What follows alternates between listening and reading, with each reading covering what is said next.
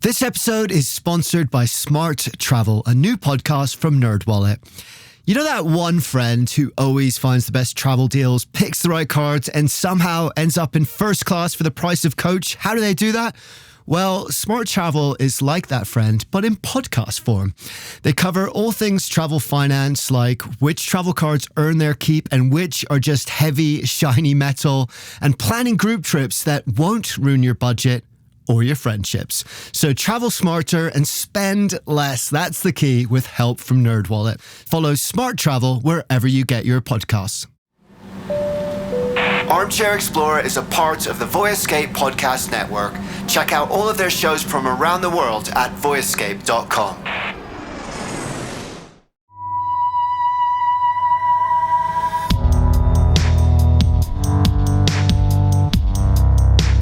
Hey guys, welcome to Armchair Explorer. My name's Aaron Miller. I'm a travel writer and your host. And today is the first episode I'm putting out in honor of Native American Heritage Month. This one is about one of the very first travel writing assignments I ever had, and still to this day, one of the most amazing, profound experiences I've ever had traveling anywhere. It's about a story where I went to live with 3 families on the Navajo Nation, and I was so lucky because one of the guys I stayed with, he actually grew up in a Hogan, in a traditional home of the Navajo with his grandparents. Really amazing guy, a young Navajo activist called Ira Vanderveer, and he took me to his grandparents' house, and outside their trailer was this traditional Hogan where he grew up. And we went inside, and his grandfather is actually a medicine man. He's a former code talker, which are the Navajos who worked in World War II as part of the code system that actually was never broken. So fantastic, amazing guy. Didn't speak English at all, just spoke the native Diné language. And this is what I wrote about that experience. But just a little note before that. The Navajo, who we commonly call the Navajo tribe, actually refer to themselves as Diné, the people. But pretty much everyone I've spoken to is happy for people to use Navajo or Diné.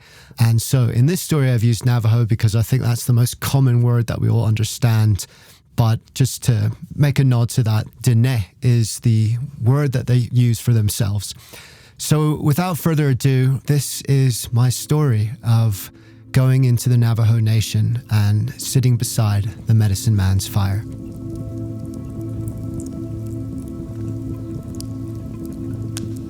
The medicine man sits before a pile of hot coals spread out on the compacted red earth floor of his hogan, the traditional home of the Navajo.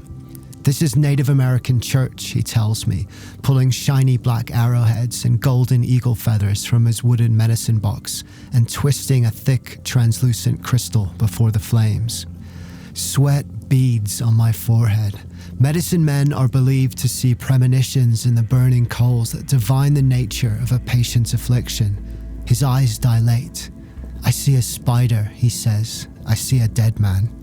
A few miles away, we are surrounded by the detritus of modern America, but here, in Navajo country, it's as if I've slipped through the cracks into another world entirely. And in many ways, I have.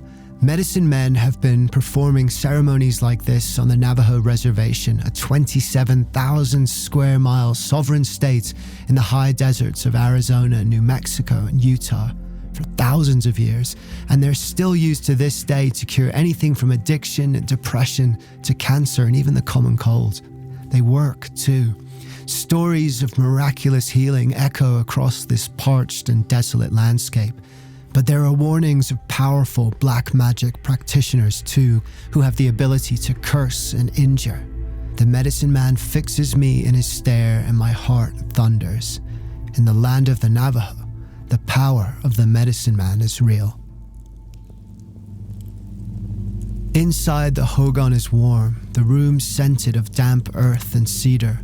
Wood chips fizz on the fire and spiral sweet smoke to the stove hole in its center. The medicine man wets a roll of corn husk and passes it to his wife behind him, her dark weathered skin turned away from us, shadowed in a sky blue shawl. Silently, She twists tobacco in the husk as their grandson Ira, his long black hair wrapped in a red bandana, plunges a fire stick into the hot coals and glows it bright orange with his breath. "Let's smoke," the medicine man says, puffing hard on the thick roll and cupping wisps of grey tobacco burn across his face and body. After Ira, it is my turn.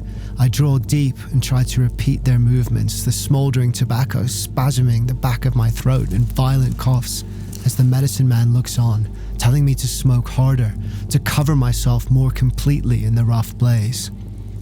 "When we smoke," he says finally, turquoise jewels glowing around his lined and sagging neck, "we talk about our problems.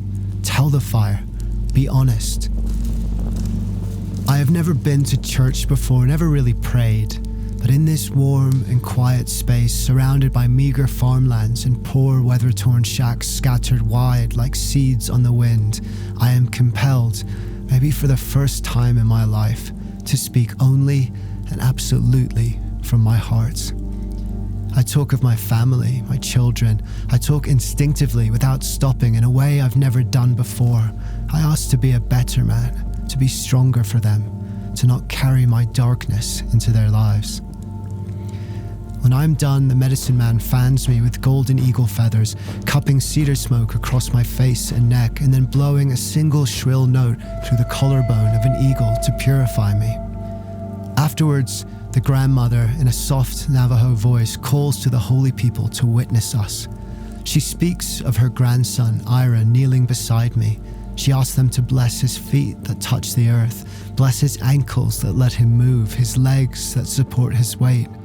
As she talks, her voice becomes faster and more intense. Minutes pass. Wind rattles outside the Hogan. The fire burns low, but still she prays, growing in desperation until tears run down the funnels of her skin. I've never seen an expression of such raw, unfiltered love. It's shocking, but infectious too. I look into the fire, and a flood of emotion washes suddenly and unexpectedly over me. Ira sees me and smiles. "It's like our therapy," he says. "Afterwards, there's no looking back. We start again." When the prayers are finished, the medicine man instructs Ira and I to leave the Hogan. "If there are stars or a moon," he says, "take a breath." Outside, a soft breeze feathers us in cool air. We bury our hands in the ground's red dust, pulling the earth over our bodies, and then extending our hands to the stars, bringing them back to our hearts. "Take it in," Ira says. "Just breathe it all in." Later that night, after the ceremony is finished and I am lying on the hard earth floor of the Hogan, farm dogs howling around me, I realize that I've never allowed myself to be truly humble before, never actually fallen to my knees. But beside the medicine man's fire, I let go. All pretenses of who I was, who I should be, dissolved. There was only the flames, the smoke, and the earth beneath my feet. And as I let go, something amazing happened. I felt overwhelmed with love. I felt connected. That's the beauty way, Ira told me later. With beauty before me may I walk. With beauty behind me may I walk. With beauty ahead of me may I walk. With beauty all around me may I walk. That's what we Navajo believe. Perhaps that's also part of the power of the medicine man. As we kneel before his fire, we let go of our darkness, and in doing so, we transcend it. The first feathers of dawn rise above the high desert mesas. The spider and the dead man disappear, and I walk into the early desert light.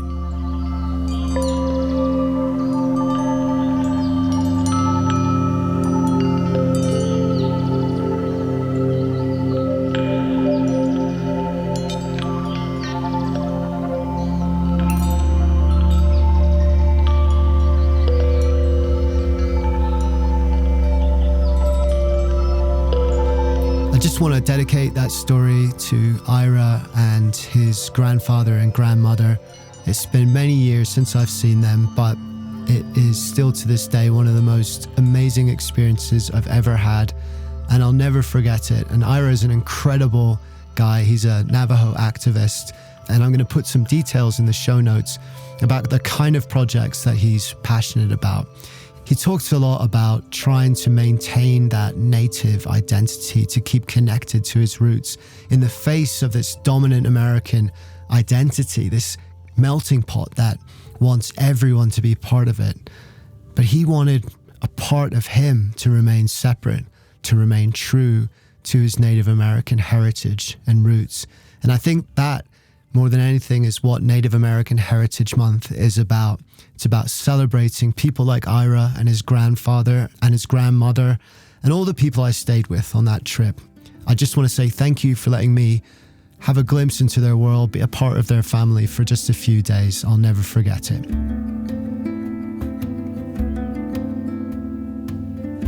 Just a quick note as well. I took a photograph. They let me take one photograph while I was in the Hogan just after this ceremony. And it shows Ira and his grandparents around the fire. And I think it's the best photograph I've ever taken. So I'm going to share that this week on Instagram at armchair-explorer podcast if you want to see what Ira and his family look like and what that ceremony looked like. Go and check that out and connect with me, and please drop me a line and let me know what you think of this episode, and subscribe because we have a lot more Native American themed episodes coming up which are really powerful. I'm really proud of them, so I hope you stick around and check those out as well. Until then, make sure you keep looking for wonder in the world, because that is one of the things that this experience this week with the Navajo taught me. And it's what I've come to say at the end of every episode. Because the more that we look for wonder in the world, the true wonder and magic of the earth and the interconnectedness of all things, as the Navajo and other Native American peoples believe, the more we look for that wonder, the more that wonder becomes a part of who we are. Dare to be truly alive. Armchair Explorer is produced by Armchair Productions. Charles Tyree does the audio editing and sound design.